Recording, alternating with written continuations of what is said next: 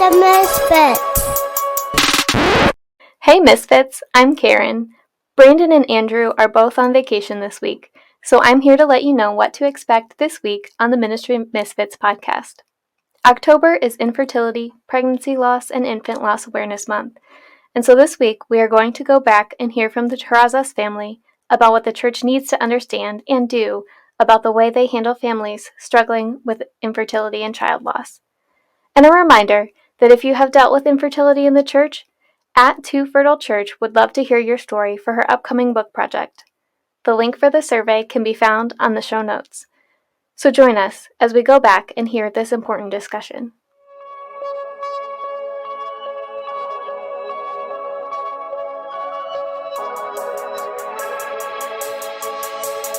It's the Misfits.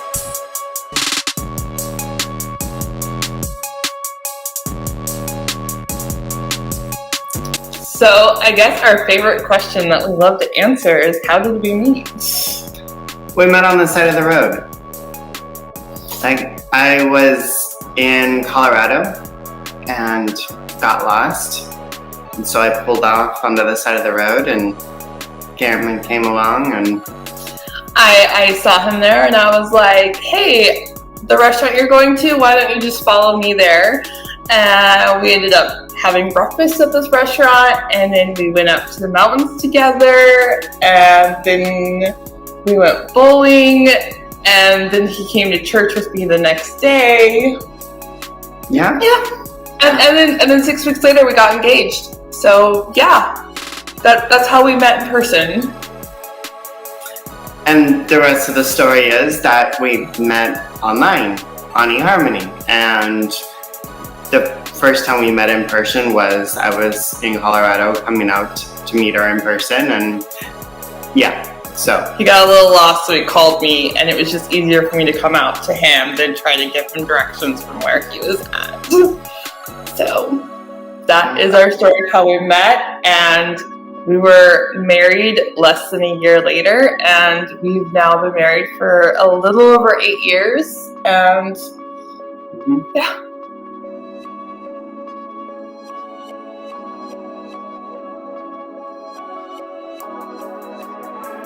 Hey everyone, welcome back to Ministry Misfits.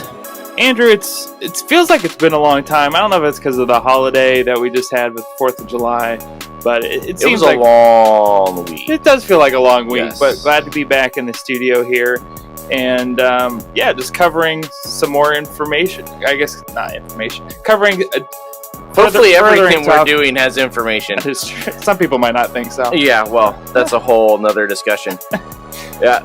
Last week, we were with Systematic Ecology, and we were talking more in depth on adoption. We were talking more in depth on just family dynamics. Yep. If you had a problem with last week, you can complain to Systematic Ecology because it was their idea in the first place. But I have a call out for them since I just finished Stranger Things last night. There is also an adoption story within there too that they should unpack and uncover. But I'll let them do that. There you go. Where were we going? Oh, yeah, last week we were talking adoption. This week, we are going to another part of this family dynamic discussion. We do have a disclaimer that this is potentially a very sensitive topic for some families. And so, feel free, after reading the description, to just skip over this one if this is a sensitive topic for you. But for the rest of our listeners and for the church in general, this is a very important discussion to have. Yeah. And we kind of started this discussion when I mentioned last week some of the latest Twitter controversies. And our guest today actually was part of said Twitter controversies, mainly because I, kind of called her to arms, I guess. And if I could get the thing to work, I would bring them back up, but I can't. I feel like it's the Avengers for you. It's like you take all these characters and then you try to bring the real person in and everyone comes to fight together. Well, we've done that a few times, actually. Wasn't it Sherry that made the joke that at one point, like, we all just need to show up in California and just go with it. Anyway, this is, and I'm gonna say their name wrong, so I'm just gonna stick to the easy thing first. And if you've been following the Twitter controversies, this is at Too Fertile Church, also known as Karen Terrazas. Did I even get close? Yes. Yeah, that was correct. That was I didn't have to buzz myself. There you go. And then her husband, Brandon Terrazas, and they are joining us to talk today about the last little soapbox that we got on last week a little bit with the Karen Swallow Pryor controversy, and specifically on the area of the fact that, one, it doesn't matter if you do not have children of your own. You are not cursed by God or in sin. And beyond that, we are specifically going to talk with them about what infertility actually is and what it actually means for us in the church. So, Terrazas family, welcome. Thank you. Yeah. And let's just start with the basic definition. What is it we're actually talking about here? What is infertility? So, infertility is defined as 1 year of unprotected sex without any pregnancies resulting. And I was going on the CDC website to get the most current stats on this last night because I always cite the 1 in 8 couples will deal with infertility. Well, that has now changed from 1 in 8 couples to 1 in 5 couples will deal with infertility at some point. And then out of that 1 in 5, 1 in 4 couples will struggle to maintain a pregnancy if they can get pregnant. So not only do you have people that can't get pregnant, you have people that can't stay pregnant. So you've got 2 very painful overlapping problems going on that is more common than people want to think about. So let's start with the stats you just laid out. Beyond just the fact that 1 in 5 means that you probably know somebody. The first thing that we got to look at is the fact that when was the 1 in 8 that you had been originally citing pulled from? 1 in 8 is the one that's still on the Resolve website, which is the major, I'd say, advocacy body for infertile women. And that was citing statistics from like 2005 to 2010, and I guess they just never updated that. The CDC's numbers are from the 2021 year. So those are as updated as you can get. About in a 10-year span, Yep. We've gone from 1 in 8 to 1 in 5, which doesn't seem like a huge drop if you're just looking at 8 to 5. Until you realize that these are statistics. And that's math, and so Brandon and I are not going to try and figure out what that percentage actually is. Because that is not going to go well. It went from 12% of the population to 20% of the population, so an 8%. There you go. Yeah, so yeah. She gets a bell. So basically almost doubling. And I feel like the other conversation you hear in today's era is, oh, people are waiting to have kids and not having kids as early as they used to. And so maybe this could even fall into the rising statistic of how the numbers are changing, and one example of why we're seeing children in a later age. Well, and that leads us into the next thing we want to talk about, which is a very big piece of this, is the misconceptions behind all of this. Because even last night when you posted the latest stats that you had found preparing for this, good friend Brother Matthew asked the question of if this has to do with the statistics about people that come from an abortion standpoint as well. But these stats that you're pulling are not, there's another little asterisk that has to go with these stats, is that these stats that you pulled were ones that were for first-time pregnancies, correct? Yes. So these are women who have never been pregnant before and have been trying for a year without any pregnancies resulting, or asterisk, they've gotten pregnant but have failed to carry to term. So that is through miscarriage, not through abortions. Those would not get included in those stats at all. Right. So let's just talk through, because you gave me a long list of a bunch of different misconceptions surrounding all of this sort of thing. So one of the misconceptions, that would be cake. Misconceptions, let's try that. Misconceptions is the idea of that infertility is something that happens at a specific age. True or false? False. False. Okay, do you want to expand on that at all? That was one of your bullet points. That's the only reason I'm bringing that one up. I'm going through your list here. No, that's fine. And I think that one's especially big because, you have people complaining about the rising marriage rates and the fact that, women's most fertile days they're ignoring them. But the thing is infertility can affect women of any age. I am aware of women in their 20s, early 20s, who know they're dealing with infertility due to a variety of factors. And that's only focusing on female factor infertility and ignores that a third of infertility cases are due to male factor. So that doesn't matter how young the woman is if it's male factor that's causing the problems. And this kind of leads into where your initial talk that you had just done was on, is that people can try and blame the marriage cycle. They can try and blame the age of marriage. They can try and blame all these other things. But reality is that doesn't necessarily actually affect anything that we're talking about here, because this is a much bigger health issue than it is just a societal issue. Even though, you deal with it way more than I do. I just get to watch as you and sidelines go at people on this one. But people like to look at this as a societal issue first and foremost. But in reality, this is much more of a health issue than it is anything else. And one of those things that we're going to talk about with the health is what both infertility leads to, as well as what these misconceptions actually lead to.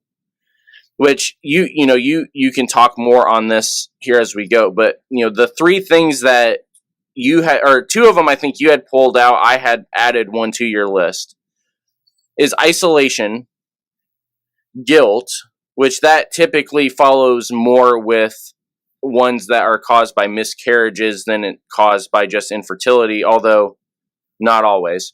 And then grief is the other one. And grief is what we're going to spend a lot of time on here as we walk through. But let's start with, how does isolation come out of all of this? Well, this is it's hard to quantify, but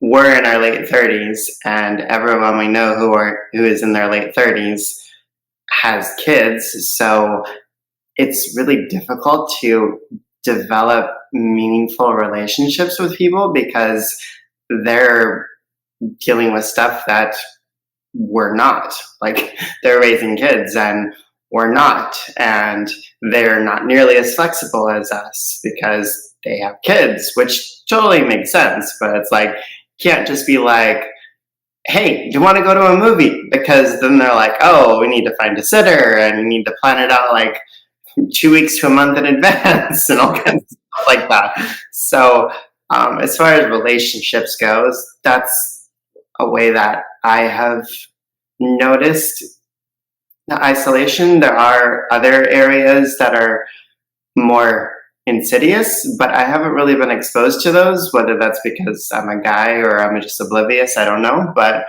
Karen would be more qualified to comment on those. areas.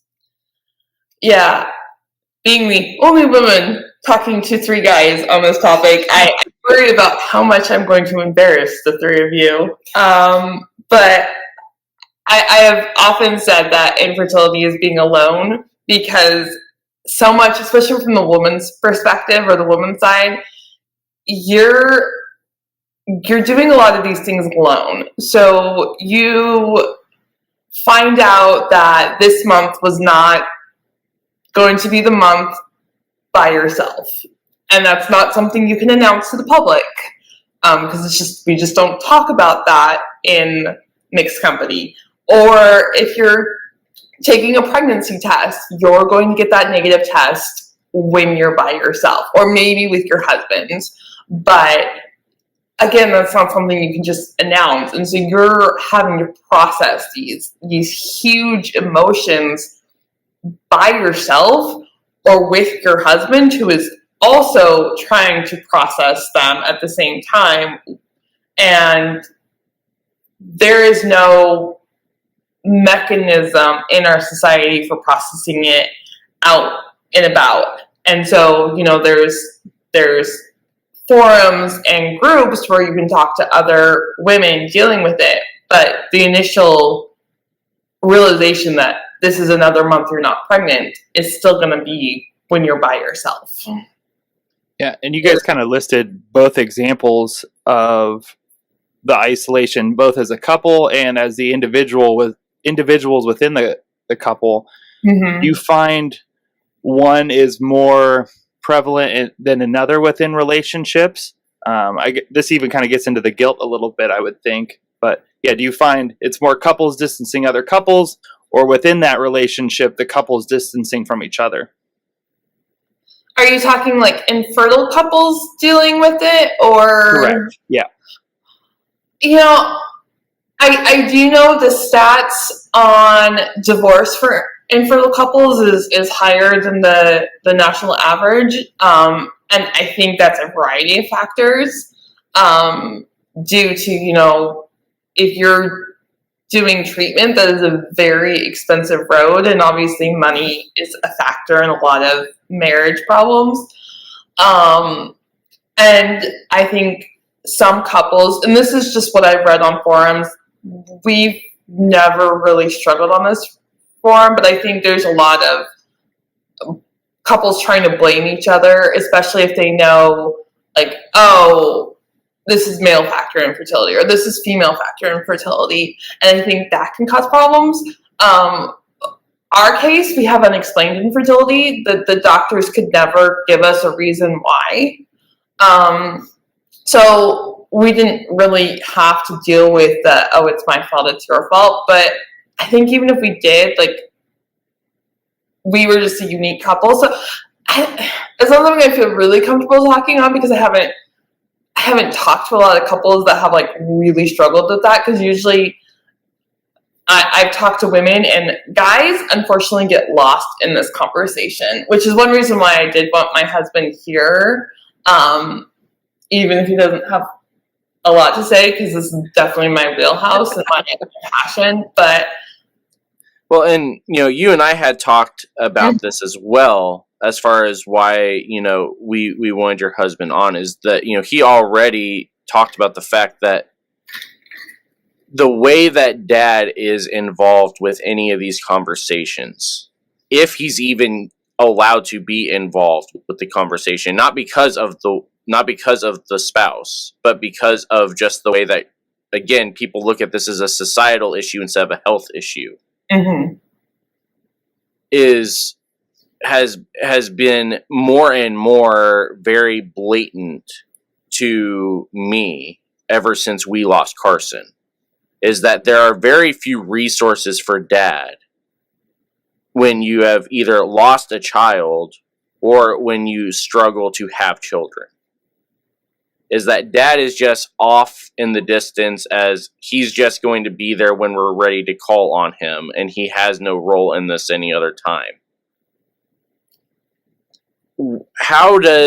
So this leads us into the grief side of things, and we're going to dive into this deeper after our commercial break, but let's just start the conversation here with,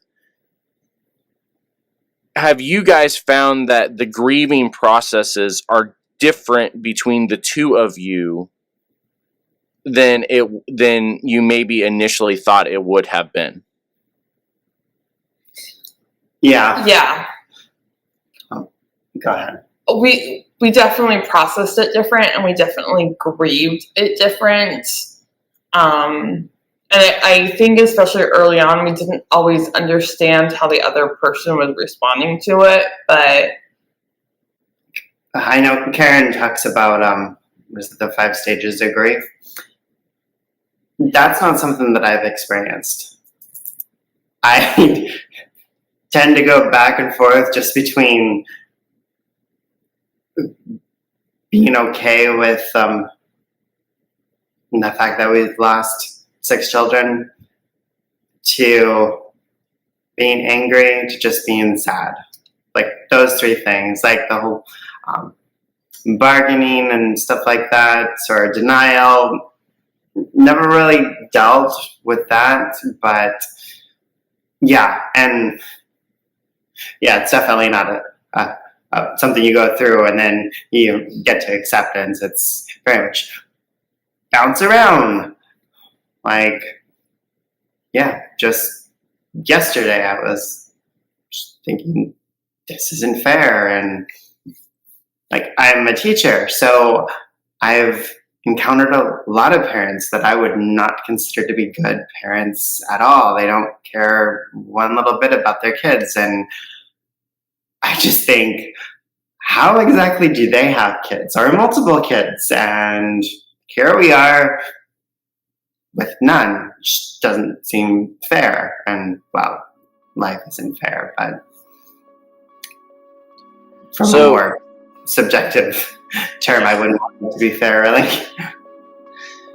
So we're going to dive deeper into all of this after we take a quick break and hear from Laird Creative Agency. We'll be right back.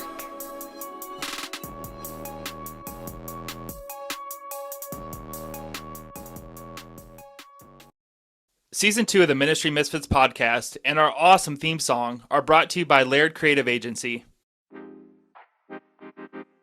In our social media world, the next connection is always one click or scroll away, and your business has to be ready when they find you.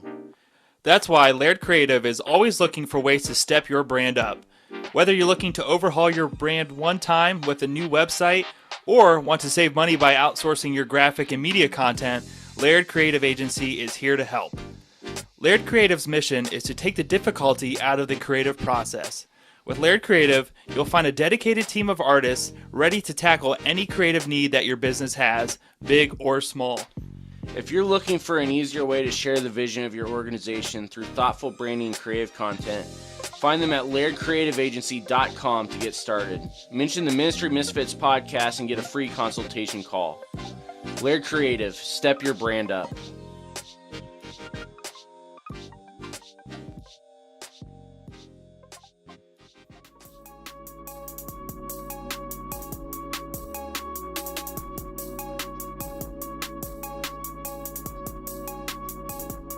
We're back. Hey everyone, welcome back to Ministry Misfits. Today we are with Karen and Brandon discussing infertility. You didn't even try their last name. Yeah, That's disappointing. And I can't even buzz you because you broke our soundboard in the middle of the break. Yeah, so I figured we already did their name at the beginning, so I wasn't going to butcher it for their sake. And anyways, today we're talking about infertility, and we've briefly been talking about the definition, some of the stats behind that, specifically 1 in 5 couples dealing with infertility, just some of the misconceptions that can come from that we hear out in the world today. And then lastly, we just finished up the first portion with what some of this can lead to, specifically with isolation, guilt, and grief. And yeah, grief is where we started the process before we heard from JD. Mm-hmm. Now we are going to continue into this because the grief section of this is the heaviest section of this, which, I mean, just common sense you would think it would be. Grief is what comes from these other two. We already kind of started the process of the fact that, the way mom and dad grieve is different. But grief in general has a pretty normal cycle with it. And this is, again, why we're talking about this. Is it's a health thing, not a society thing. So, Karen, let's start with what this grief cycle actually looks like in the terms of what, in the terms of what we're talking about today. So I think the reason why, like, for us it was so different is because, like, I was the one that, like, my body was dealing with. And, like, I would tell people that, when you come to the 5 stages, I would bounce through all 5 stages in 28 days, assuming, basically a normal cycle. So at the risk of embarrassing 3 guys here, you start day 1 when I would start bleeding, and I would always just be in denial. I would be like, no, this isn't a period. This isn't that. It's something like implantation bleeding, or it's something else. And then after, it became clear that no, this was the start of another cycle, I would get angry at myself, angry at the situation, angry at God, just because it just didn't seem fair, and we can get into, like, other craziness of, like, the horrible bill of goods, I was told prior to marriage with purity culture, but that's another topic. And then you get into the just depression. I'm just like, not this month, not last month. When is this ever going to happen? And then the bargaining of, like, okay, well, I will do X, Y, and Z this month to really increase my chances. You be on Google and find out everything that can help increase your fertility. And then you just finally settle into that month of, there's nothing you can do except what you're already doing, and it starts all over again because you've got 28 days. And that's exhausting. And you're doing so much of this by yourself again, as we were talking about. These are not things you talk about in society, so you're having to process this on yourself. And then I would tell people that there's also a long cycle of, just coming to grips with dealing with infertility and, working through the strong emotions that to get to the place where, okay, we are a childless couple, and that's okay. And that was not an easy process to get there. There was a lot of tears. There was a lot of anguish and prayer and conversation to get to that point. And now, I want to help other women or other couples behind us on this journey, because you feel like you're walking alone, but clearly you're not, but you feel like it when you're in the middle of it. Yeah, and we'll talk a little bit later about how the local church should come alongside and step into this area. But specifically for you guys as a couple, knowing that maybe for you, Karen, the grief cycle happens. I know, Brandon, you mentioned you might go through 3 different stages, but not maybe the full cycle. How do you guys either help cope with each other during that grief, or come alongside each other, or grow closer to God during that time where this may be ebbs and flows? Well,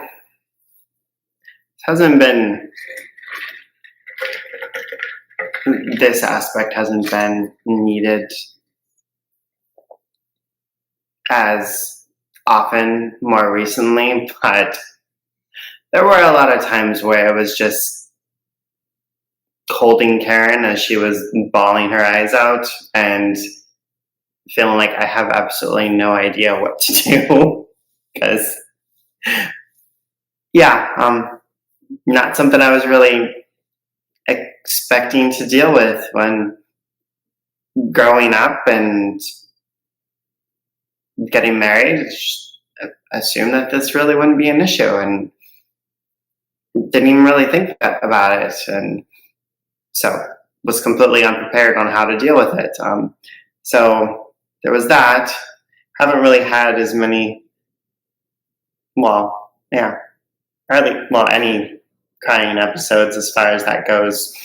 A couple of years for now. a few years now, so it's not really needed anymore.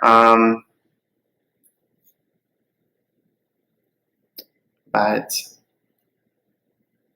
yeah, I think the biggest thing I'm hearing is it's been more so the opposite of isolation, of the coming together and just even being as a couple, being there for them, being present and showing up, to know that they are still loved and cared, and that even though there's outside voices that might put that pressure or grief on you, ultimately God has called you guys as a couple together, and hopefully that helps with some of that grief. Well, and I think we're starting into where, we started talking about the fact that one of the misconceptions is that this is a societal issue. Infertility in general is a society thing. It's a concern of society. Whether it's due to horrible theology like we've seen on Twitter the past few weeks, or whether it's due to, people concerned about the birth rates or concerned about school rates or whatever they're concerned about. We talked before that this is a health thing, not a society thing. But now that we're into this section of how do we actually deal with it, now I think we are identifying where the actual societal problem with all of this is at, and it's the fact that no one is prepared or really is willing to prepare couples for this reality. Mm-hmm. And especially as the reality starts to increase percentage-wise, there is still a lack of understanding of this from a, if nothing else, from a premarital counseling standpoint. Yeah, I tell this story of just kind of eye-rolling, exasperated, but my pastor, when we got engaged, the book he gave me that he told me he gives all premarital counseling was all on parenting. And I'm kind of like, okay, there's usually about a 9-month warning before you're going to be a parent. That's time for this book.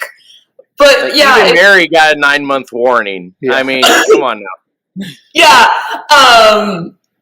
But yeah, it's just the assumption is, first comes love, then comes marriage, then comes the baby and the baby carriage. And when you don't fit that script, people just have no idea what to do with you. That was kind of what I was alluding to a little bit earlier, of kind of being an insidious side to this of, if you don't fit that mold within the church, then people don't really want to deal with you. Like I said, not something that I've really experienced. Maybe I'm just clueless, but Karen definitely has. So now, do you find that pressure and that expectation comes more from within or from outside of the actual, church culture structures? Is this something that, is something that we see just in general society, or is this unfortunately another area where this is almost a uniquely Christian problem anymore, as far as the expectation pushing?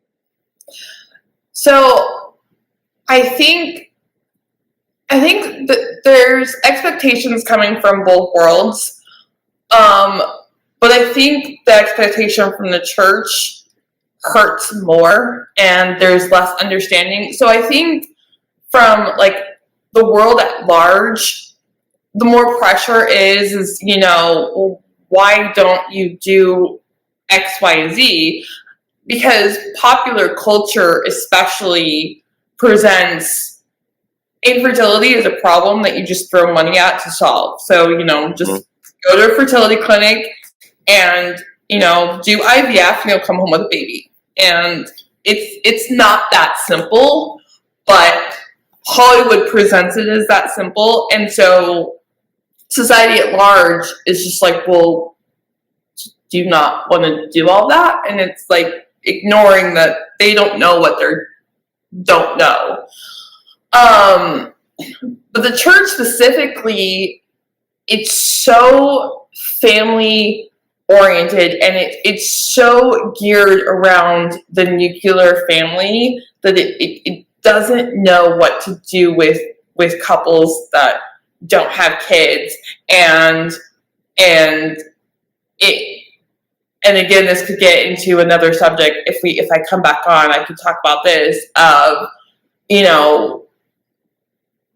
We are sold that if you follow the right program, you're going to get rewarded. And so when you have a couple that did follow that and doesn't have a reward, they don't know what to do with that. And so there's just a lot of like, well, you had to do something wrong. Like, I've had people straight up ask me, what did I do to cause my infertility? And it's like, nothing.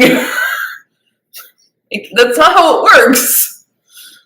And this was going back to that mess of a day on Twitter a few weeks ago. This was part of the argument that this guy was making, is that if you want to have kids in today's world, you can have kids. Yeah.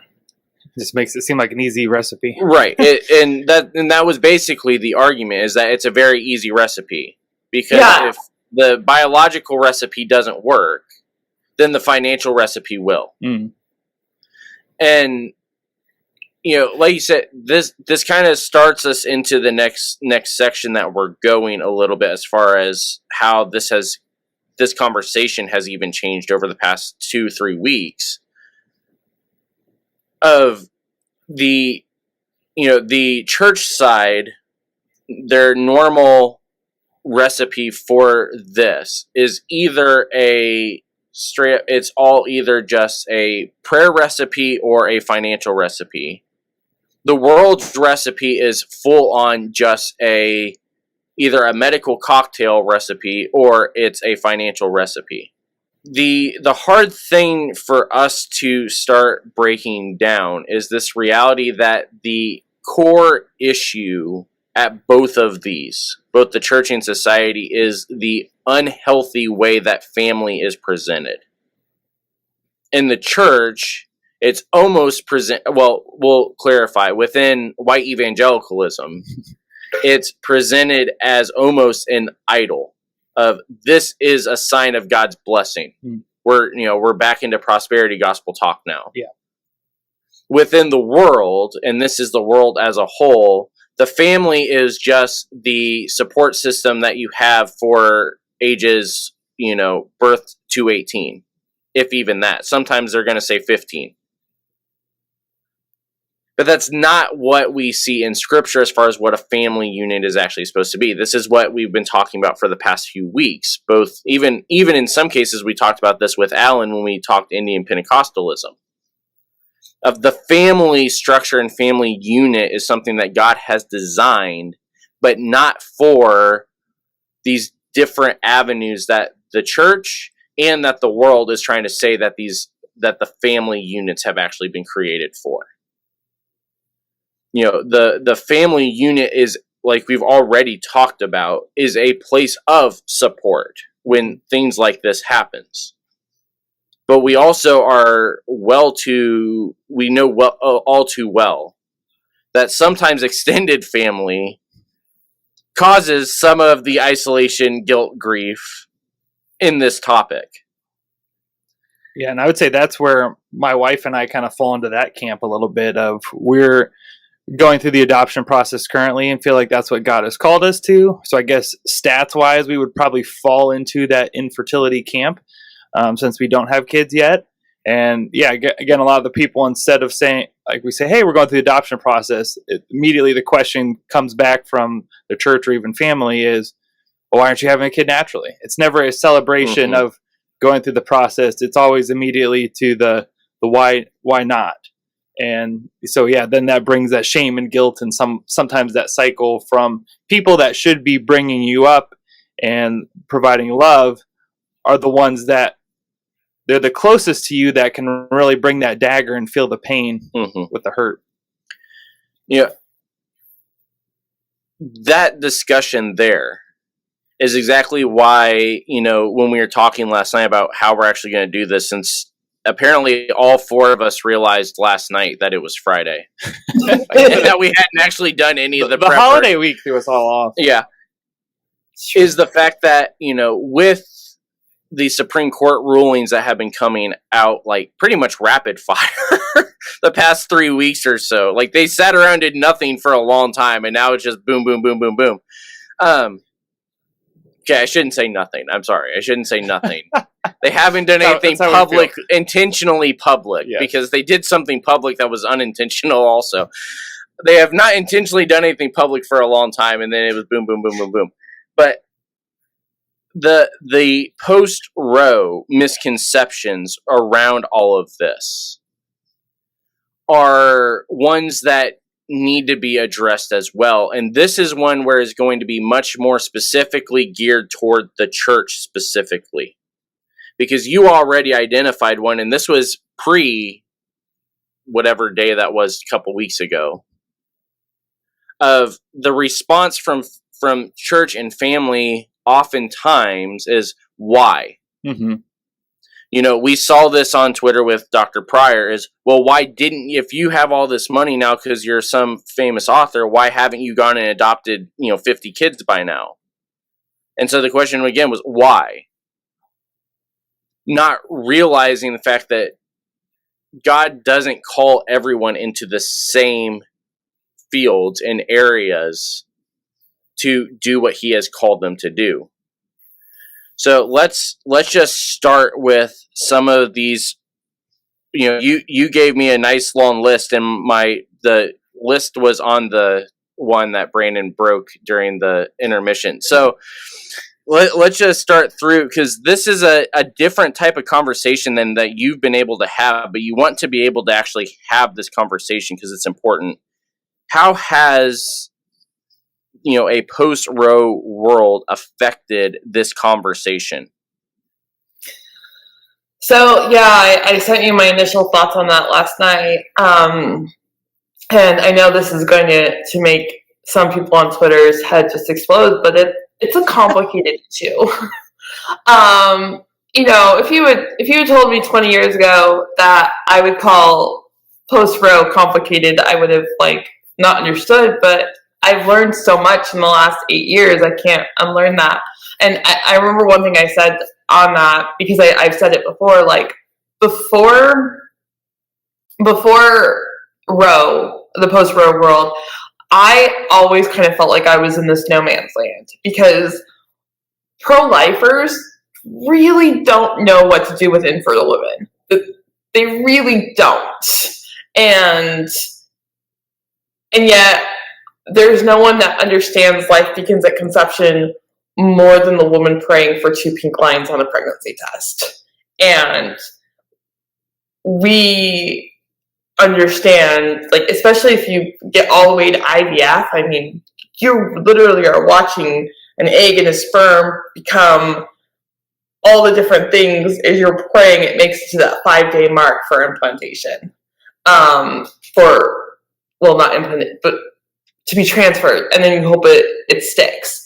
But there's also no one that understands reproduction like someone that is dealing with this issue, and understands that draconian laws written by people that don't know what they're talking about are not safe.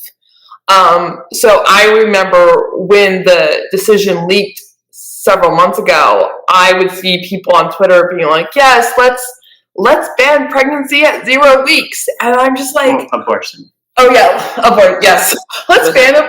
That's a whole nother societal issue if we're banning pregnancy. Yes, That's a whole nother podcast to deal with there. a whole dystopian universe, but we're not going to go there. But yeah, they would be like, let's ban abortion at 0 weeks, and I just cringe because there's no such thing as being 1 week pregnant. There's no such thing as being a week and a half pregnant, because the way the 40 weeks is counted is from the start of your last cycle. So you have 2 weeks where you're not pregnant, but if you get pregnant, those 2 weeks are tacked on to your age, because that's the only firm date they have is the first date of your last cycle. So conception doesn't actually happen until 2 weeks. And yet when you have people that don't understand that, you then get laws that could be very problematic for couples going forward. And then this is another example of where, that right there it's a perfect example of why it is a health issue there. Mm-hmm.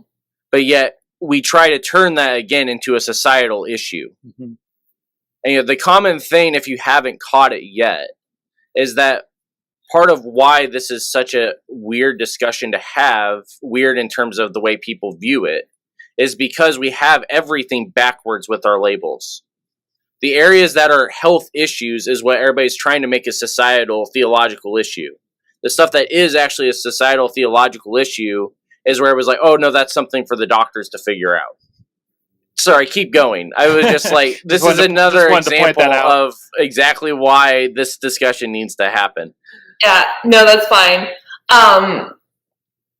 But then there's also the issue of miscarriage, and I know a lot of people are pushing back against that, but I've actually talked to women, and this was even post-Roe, of women who would be literally bleeding in the ER, and the hospital not wanting to do anything because they weren't sure where all the laws were at the moment.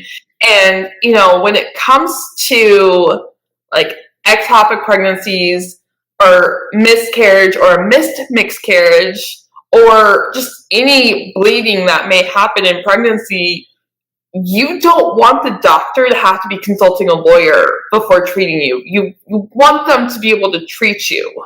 And that's where I worry with the laws written by people who don't know what they don't know. Because it is reproduction is more complicated than people think. And the pro-life community is definitely not ready for the issue of chemical pregnancies, which is basically where a sperm and an egg do meet, but fails to fully implant and basically results in a period that's like a couple days late. And that happens more frequently than we really know. And if you're going to start saying that women are responsible, you've opened up a whole can with the miscarriage community that nobody's ready for, and in the reproductive technology community that nobody's ready for, because you've got IVF that takes multiple eggs and will introduce sperm to all of them, but not all of those eggs make it to the 3 or 5 day mark. Some of them stop dividing at 6 cells. What are you going to do with that if you haven't thought through that this is a more complicated process than we understand, and science is going to keep moving forward.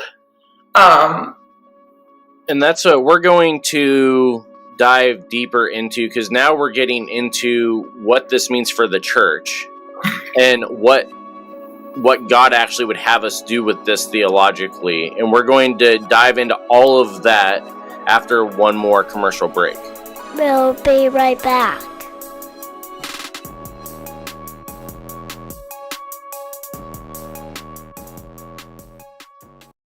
Today's a great day to start your own podcast. Whether you're looking for a new marketing channel, have a message you want to share with the world, or just think it would be fun to have your own talk show, podcasting is an easy, inexpensive, and fun way to expand your online reach. Buzzsprout is hands down the easiest and best way to launch, promote, and track your podcast.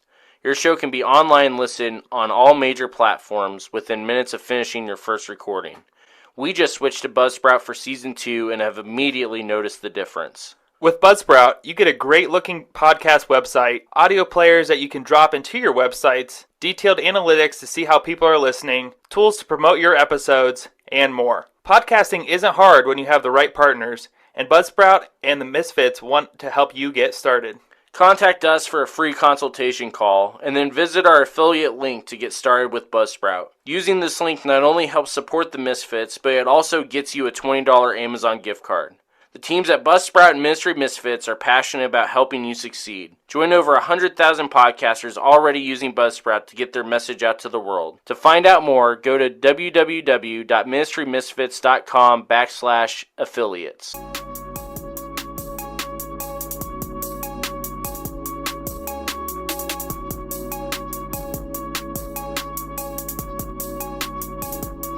We're back. All right, welcome back. We are still here with the Terrazas family. See, I said Yeah, you went for it. There we take that. And we have been having the discussion that most people are trying not to have. That's a good point. to put it bluntly, of what the deal is with infertility, especially as it relates to Christians, and especially as it relates to how the church reacts to it in general.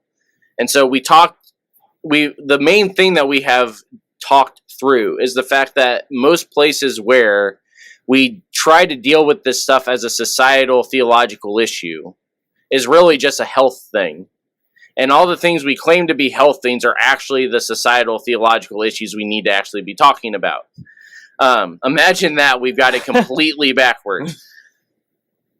But before the break, we walked through the grief cycle. We've talked about how that looks differently between husband and wife, how it looks differently between couples and their extended families, how it looks different between just couples in general. But now we've gotten into the societal waters and talked about post-Roe what this actually looks like. And Karen was sharing about how, concerns on a legal front is that the people that are going to potentially be making these laws are going to, again, have health and society backwards. Now, though, we're going to go into the post-Roe misconceptions as far as with the church. And this is something that, we did our blog on, talking about, are we even ready for this? Mm-hmm.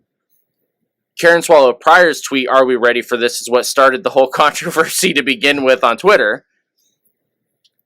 But the first thing we need to look at is the fact that the church has not been handling this well. Roe v. Wade, completely unrelated. And I think, again, we fall back on a theological issue of we still do not understand. Well, we've already talked about one, and that's a misconception of what a biblical family actually is.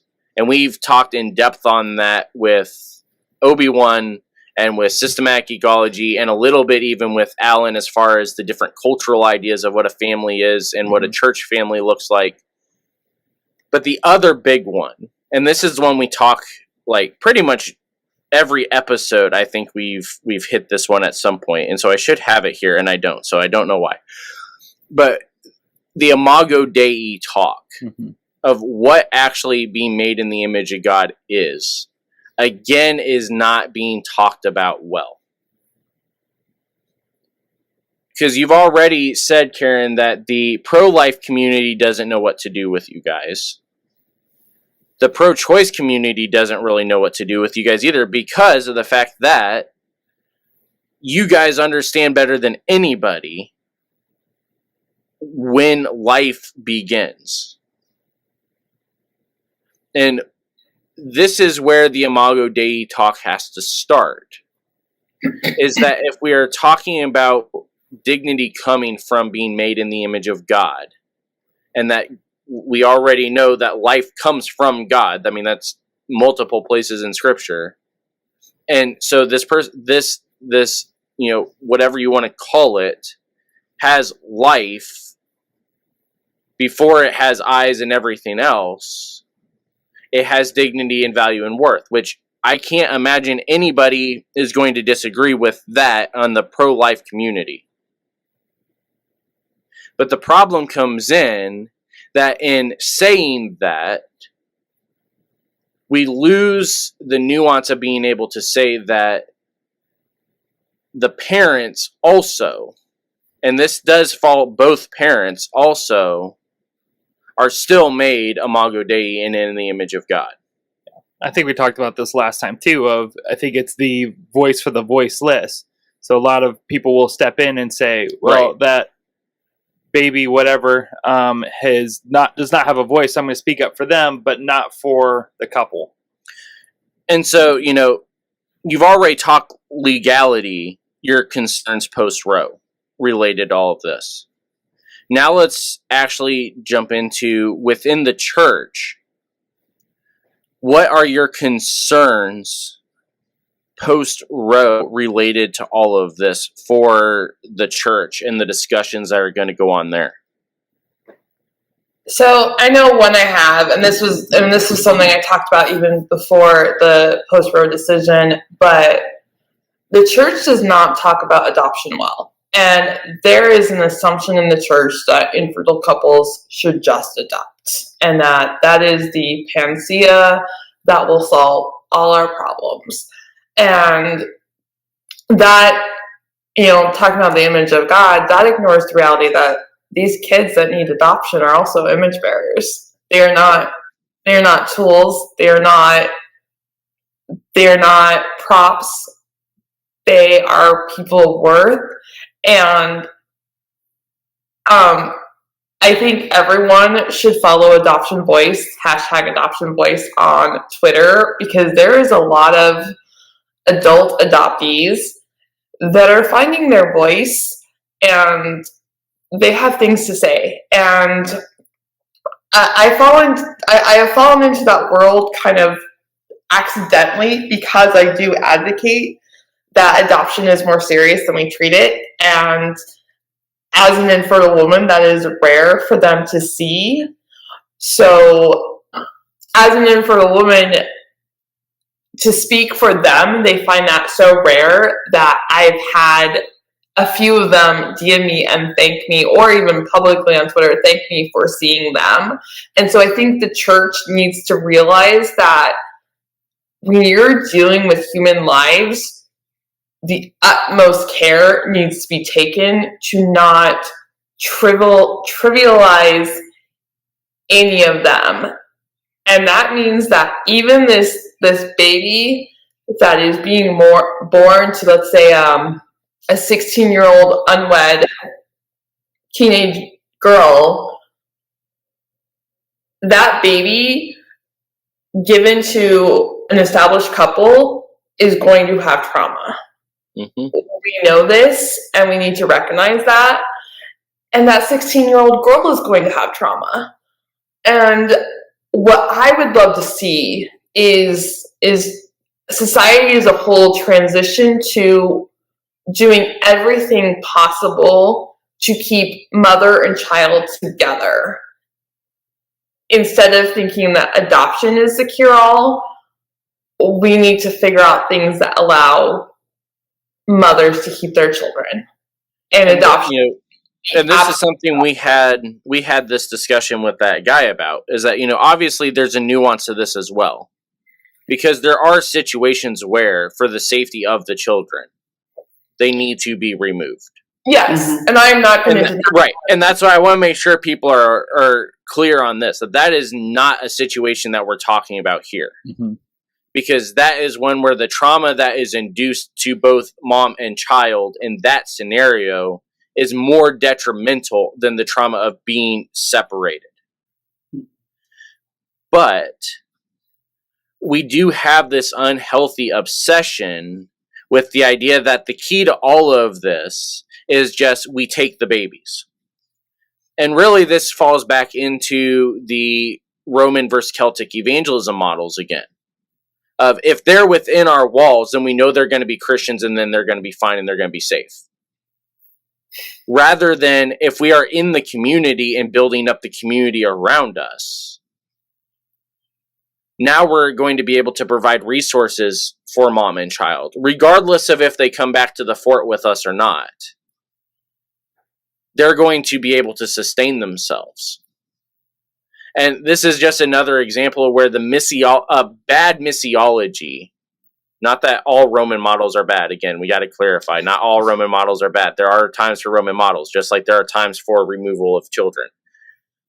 But when we focus in on that, we have now, if nothing else, the easiest way to look is it's the white savior complex, just in a church form. Mm-hmm. Which I don't know if you saw that discussion yesterday on Twitter or not, but that was a discussion that was going on as well, was again, we had the white savior complex coming into play. Because we think that being the hands and feet of Jesus means that we are out there making huge changes on the world, rather than recognizing that being the hands and feet of Jesus means that we allow Christ to work through us, regardless of how it looks on our behalf.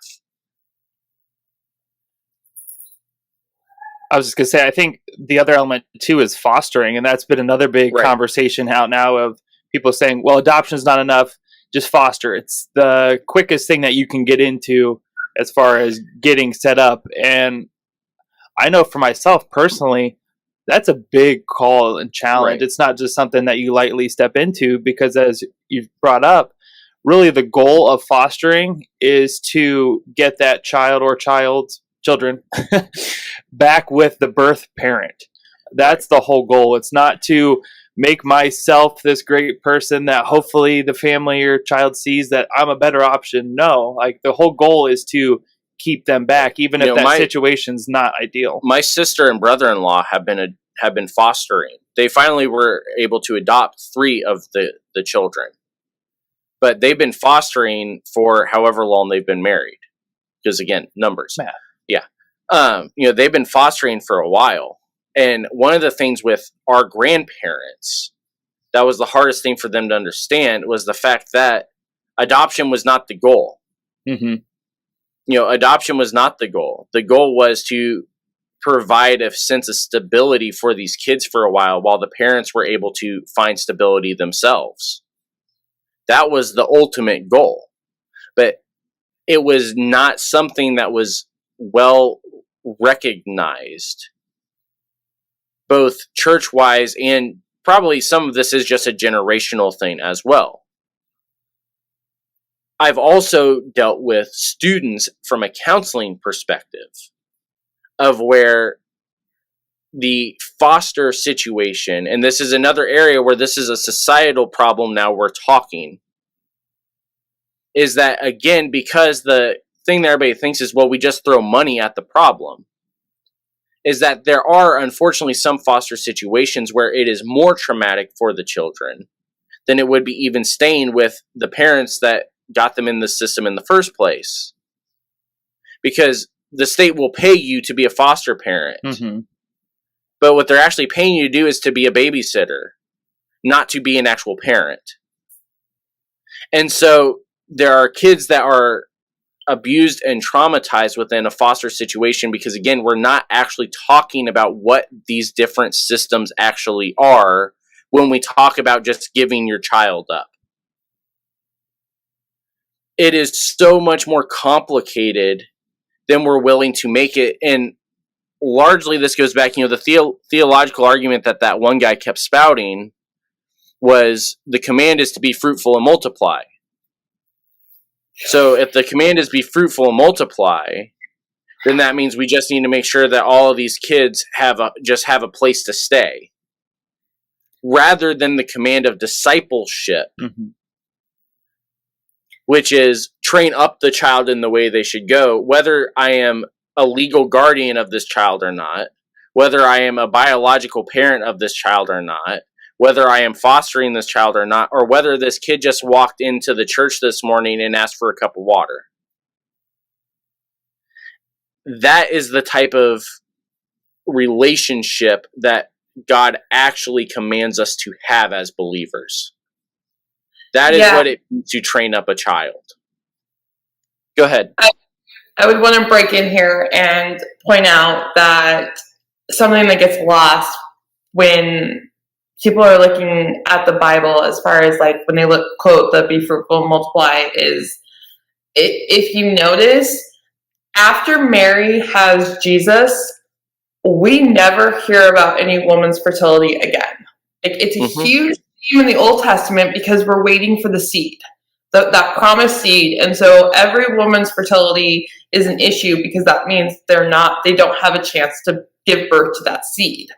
But now that Jesus has come, the way we grow the kingdom is not through having children, it's through discipling. And so every person has the chance to add to the kingdom through evangelism and discipleship. And that is not just limited to having biological kids. And I think because we're so focused on the covenant community and we're so focused on the family, we've gotten kind of locked into, we're going to have kids and that's how we're going to grow the kingdom. But that is the old covenant model. And it didn't even work in the old covenant.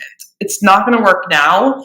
Have to be following how God commanded us to grow the kingdom, and that is through the Great Commission. I don't know if there's anything to add to that. Yeah, I know. Like, I don't know where we take it. I guess what we add to that is you are actually doing this work because of the fact, we've talked about multiple times from just loss of a child standpoint of the lack of resources for dad. There's also a lack of resources for both parents related to the infertility talk, especially from a biblical Christocentric church perspective. Part you are trying to change that now. That's part of how we found each other on Twitter. That's also part of why I, put up the bat signal for you a couple weeks ago, and why as payment you demanded to come on here even though we were already working on scheduling. What is this project though that you, Karen, are specifically working on? So the project I'm working on is I want to fill the gap in the literature that is out there for infertility. Because like when I go on Amazon and I look up books dealing with infertility, they are either the miracle baby story, which is fine if that's your story, or they're books written by men who have children that have never dealt with infertility trying to explain infertility. And they fail at it. And so I want right? And so I wanted to really fill that gap and give a well-researched book, allowing multiple voices to be heard on how I would love to talk to men as well, but so far all I've talked to is women. So I want to just talk about women because but if men are welcome to fill out the survey that you will have linked for this, but how infertility and being within the church, how those two things have intersected, and I've read a lot of surveys and had gotten a lot of answers with similarities and overlap, and I've also been interviewing women that are willing to go further and go deeper and tell me their stories, and looking for things both that the church has done well that other churches can aspire to, but also things that like churches are failing on that are causing women pain, and hopefully telling them, okay, this is not helpful and this is why, here's a better way. So I want to give a really good resource that's based on research on what churches can do to come alongside the infertile couple that they will have in their church at some point. And the survey she's talking about, you can find that in the show notes. You'll also be able to find that on social media after this goes out. We also are going to make sure there's a link to it from the website as well. Probably not while you're listening to this currently, because you know how good I am at actually remembering to update the website. I'm better now that we've got the new website. Yeah, the new one's been... I've been updating that one, but I realized this morning as I was coming up to the studio that I never added Joe's episode from last week onto his portal. Anyway. And Karen, just to clarify real quick, you were looking for people from the survey that are both in and without and out of the church. I'm trying to think if I can say that. I have talked to people that have left the church but dealt with infertility while in the church. But I just want to get as broad a range of people and church experiences as possible to look for the overlaps of what works and what doesn't. So the more people that participate, the better my data will be. I'll have a bigger data set.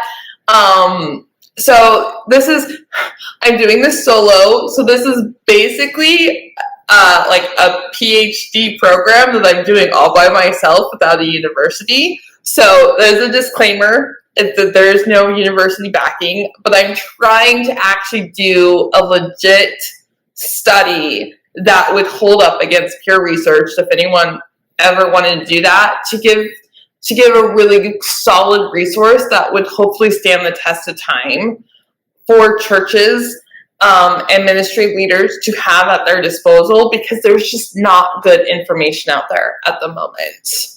And I want to change that. And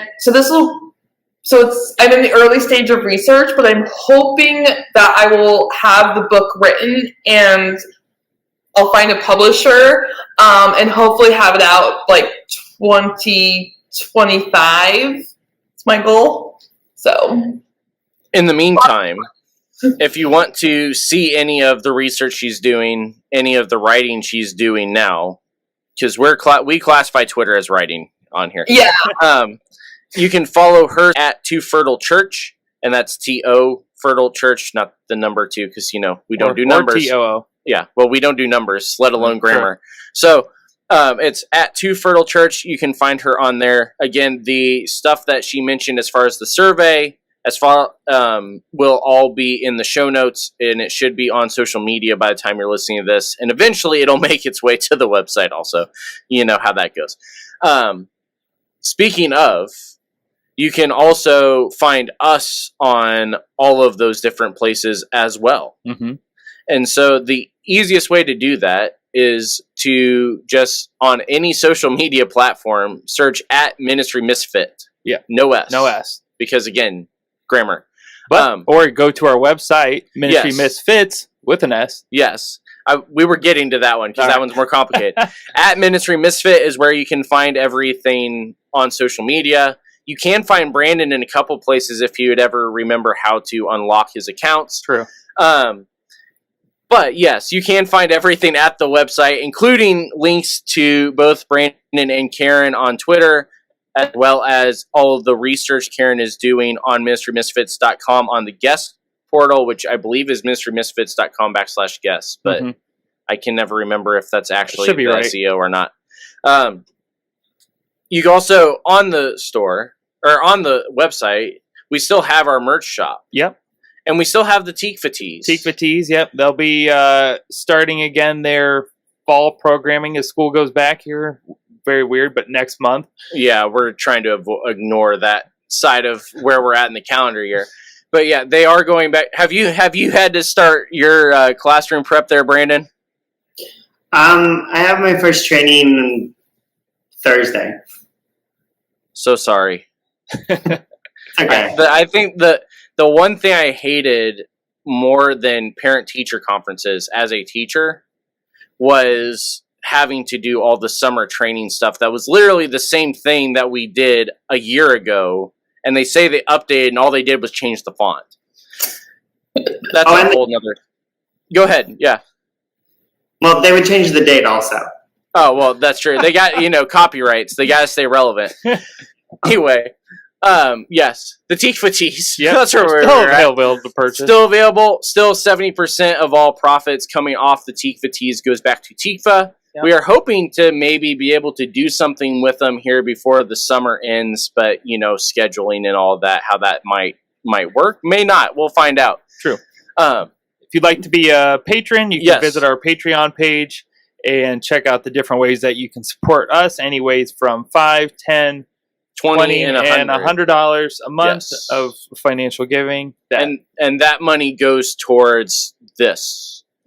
Yeah, keeping this stuff up and running. Studio. All the breaking equipment. I was going to say, we now have to go buy new equipment because Brandon just broke it in the middle of the commercial breaks. So, yes, patreon.com/Mr. Misfits. You can also find that on the website under the support tab.